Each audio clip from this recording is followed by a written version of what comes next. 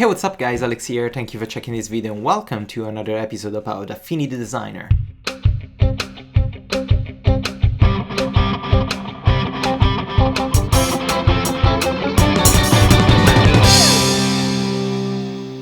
Welcome again. In the previous episode we started doing our wonderful and beautiful Turnip Man, a pretty amazing character that lives underneath your bed and comes out only to eat your vegetables. So be sure to eat a lot of vegetables because otherwise this guy is gonna get too flat on carrots. Anyway, this is the situation that we concluded the first video of this series last time, and we did the entire silhouette, we did the entire shape around the Turnip Man, and we completely ignore details or whatsoever. We just have the silhouette all around. We traced our character, and this is the perfect starting point. So now it's time to give it a little bit of background color to have a better starting point, and to use the shapes that we did to create a little bit of depth, to give a little bit of depth and dimension, like three-dimensionality to this character. I don't know if it's the right word, but let's see. So first of all, a quick suggestion before starting: if you at this stage, if you start to editing your character and you start to adding colors or you merge shapes and stuff, like, you have to really be careful and decide if you need to maintain the original shape or it doesn't really matter.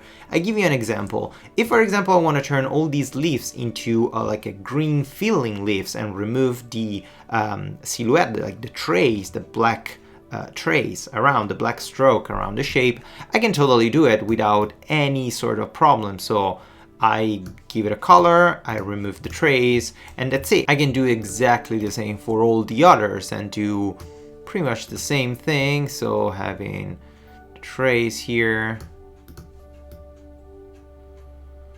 one, remove it, here a little bit darker, and here a little bit darker, and then let's start bringing these on top and these on top. Whoops, these on top and these on top.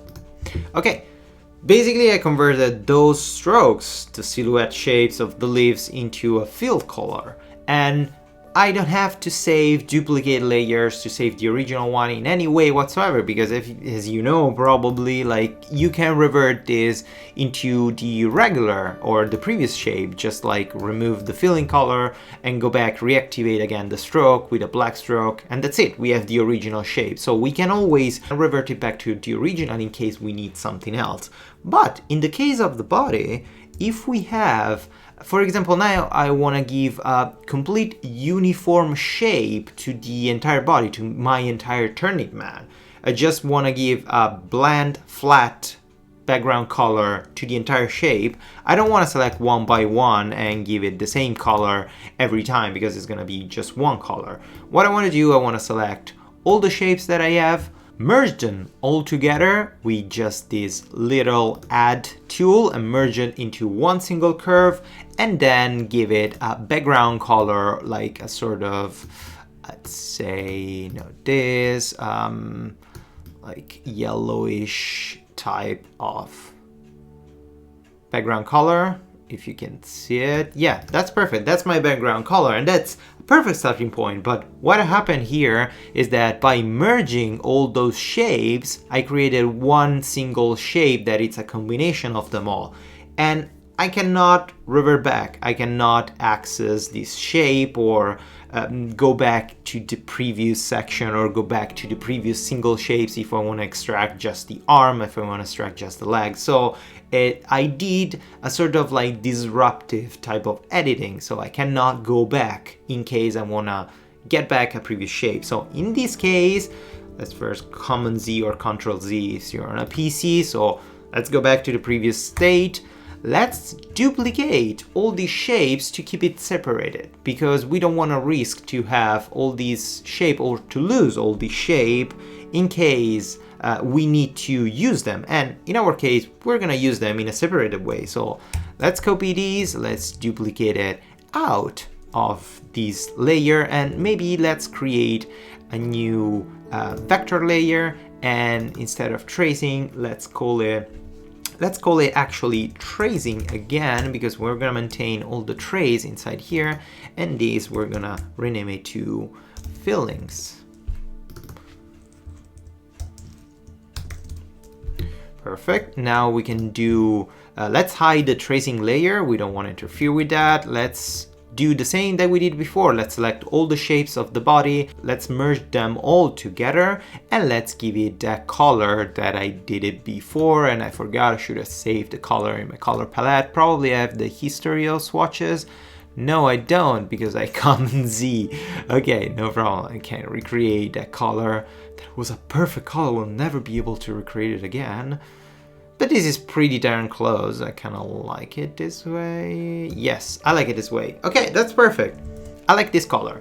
Another suggestion that I want to do for now, let's forget about the tracing. When you create these type of characters, it's kind of like cute and it needs a little bit of depth. You could add a gradient by default. A lot of the time I see users duplicating the same shape. For example, let's duplicate the entire shape of the body. So we have double it up. If I move it, we have 2. Having one on top of the other, exactly the same, and then doing the gradient and creating a custom gradient, something like that, or maybe in reverse. So let's create something like this, just to give it default depth. And if they want to change, they want to update the look a little bit, they can use the layer on top to maybe reduce the opacity, so they're not gonna lose the background color, or they're gonna I don't know, they can manage both. They have the layer on top with the gradient applied, and layer at the bottom, the same exact shape with a flat color. I don't really like to do this because it's a duplicated layer that it's not really useful. And what if we're changing the shape of the body? What if in my case, for example, let's hide the gradient on top. Let's go back, let's put it back 100%. What if at halfway through of my design, I decided I don't really like this section, like this is really ugly looking and I want to edit the shape. So I go here, I edit this, maybe I remove this, I want a more smooth transition here. Maybe something like this, just as an example. What if I want something like this? Now, if I activate back the layer and I give it maybe a more obvious color, you can see here the difference. And the background one, I'm gonna give it red, like this. You can see how the bottom shape, it's different from the top shape. Of course, I could simply edit this or duplicate again the shape and apply the same gradient saved into a swatch or saved into my library of gradients. But this is an extra step that we're doing that is not really useful, and it's kind of extra work that we don't really need. So my suggestion, if you wanna apply, let me revert back to the original shape here. My suggestion is, if we wanna apply a gradient on top of a bigger shape, let's use layer mask, how it's supposed to work. So let's simply create a rectangle by clicking on the rectangle tool. Let's create a rectangle that by default, because I used the gradient, now it's maintaining the gradient and it's kind of okay for me. Let's update it a little bit. I want the gradient to be like this, or maybe the other way around. Yes, I want the gradient to be in this way. Okay, perfect. Now I have this rectangle that I can call it like gradient, like that. And what I have to do, I have to simply drag and drop it and put it inside the layer. So if you see here, I'm moving the layer. Right now I have 2 options, or like the ghost shape of the layer that I'm dragging, it's snapping in 2 different sections. The first section, it's like completely attached to the beginning, the top layer, and if I put it here, it's gonna go simply underneath, something below the layer that I selected.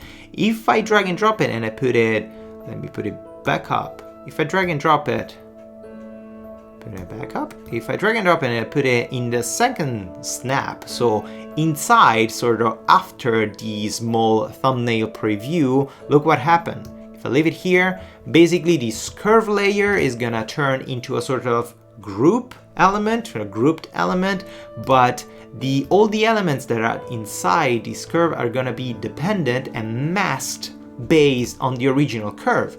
And that's amazing. So I have my gradient that it's actually bigger, but the curve, or like the visualization of the gradient, it's cut, it's masked based on the curve that belongs to, the curve layer that belongs to, is dependent to. So if, for example, as I said before, I want to edit this layer and I want to just simply, just for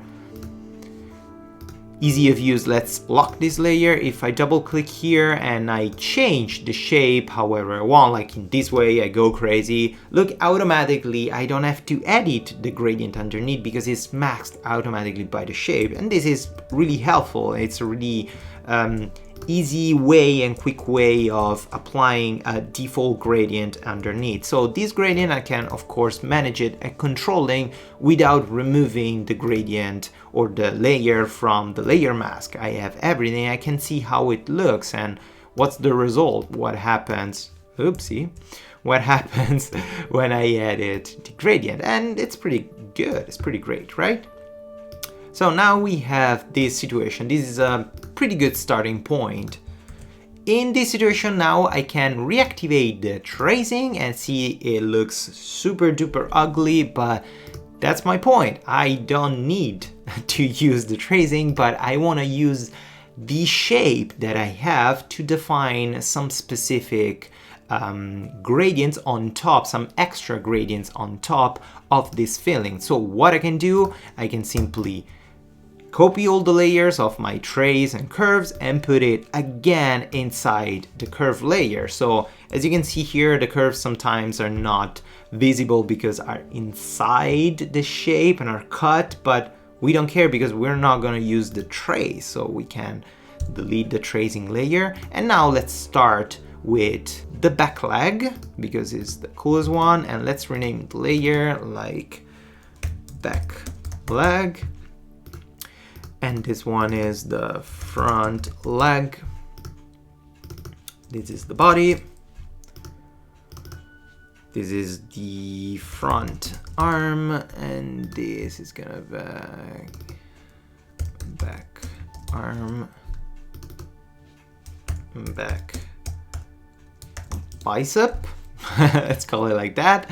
But yeah, what I'm gonna do is gonna be simply like that. I have the gradient, I have my tracing on top of the gradient, so let's pick the back leg and let's simply add another gradient here that in this case is gonna be kind of weird, but let's grab it here. So the second part that goes on top, I'm gonna simply give it an opacity of almost 0 or like really similar to 0. And this, I want to give it something like this. That's good. Okay. And this color, I don't want like complete black, so I'm gonna pick with the color picker the same color of the body, and then I'm gonna edit that color to make it sort of darker. Of course, in this case, you could also use blending mode. If you go back on dark and you start changing the blending mode, you could go, for example, on soft light or hard light, on overlay on screen, like depending of the colors that you have, to try to achieve the same result. So to merge the color that you have, like the black color of the leg, and maybe reduce the opacity with the color that you have underneath. It's really personal. Like if you like it in a specific way, you can maintain it with a way. It's like, I'm not saying that my method is proper, it's like it's better. If you find your method to be better, go for it. It's totally cool, but I kind of like it the way I'm doing it, so I'm gonna keep doing it. And if it's wrong, please let me know in the comment below and I will try to update myself. Or maybe not, so I will give it maybe... Actually, let's go back on dark and let's give it just a 75% of opacity. So here I'm gonna do pretty much the same with the front LED. I'm gonna just do this, apply a color and give it a gradient as well here. And with this color one, I'm gonna give it this type of color. And the first one, I'm gonna be this, but slightly lighter, because, or maybe a little bit more saturated to give it some options here.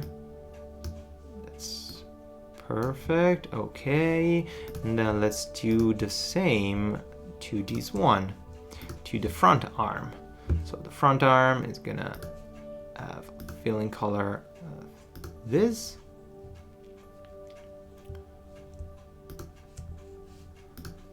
Let's hide the body and let's give the front arm a gradient.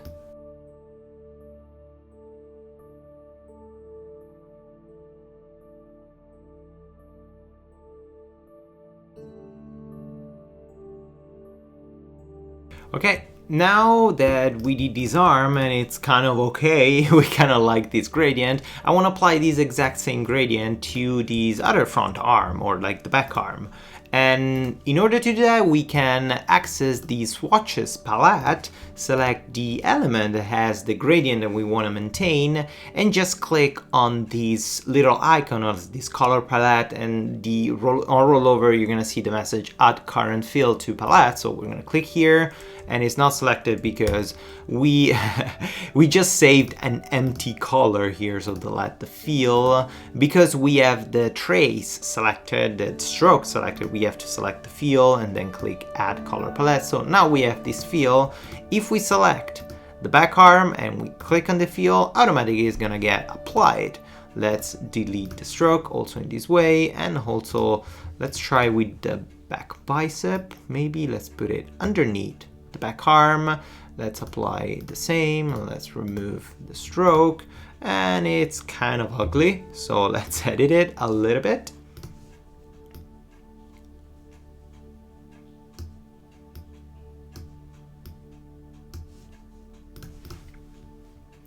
Okay, and now let's do this. So we are in this situation. This is kind of weird because we cannot leave it like this, but let's apply the same gradient, but let's change it completely, and let's go into dark right here, and let's add a little bit of darkness and saturation. So what I'm doing right now, I'm not dealing with shadows or highlights. I'm dealing with saturation and desaturation of the same color, because I'm creating these sort of like 3D effects. Because in nature, the lights, it's kind of how it works. Like lights and shadows, it's kind of how it works. It's not like in a cartoon or like in a fake drawing, when you have the shadows, you go completely dark. The color that the light that bounce on the object to create the colors, like to return, to bounce back the colors in your eyes, the color gets darkened a little bit, gets desaturated. It's not just like, or you have white or you have black. That's not that easy. So in order to create a more kind of like visually compelling illumination on this character, we need to create also the base layer of more saturated, darker color when we are dealing with the dark. We're gonna put the black on top, of course, to simulate shadows and all this kind of stuff, but the base color underneath needs to change. We cannot just simply have it a flat color and then put it black on top and pretend that that shadow works.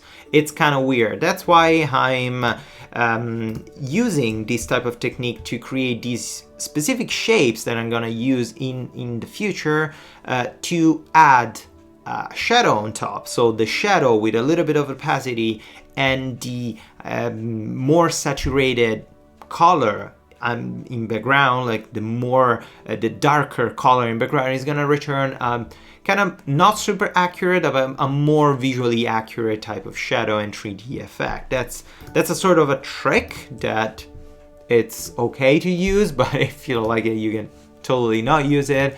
But if you try, and if you try to simulate what I'm doing, and if you try your faster technique, like a different technique, just like simply slap a color or slap a black color on top and that's it, you're gonna see the difference in quality, you're gonna see the difference in result, and the difference in the quality of the final rendering of the character.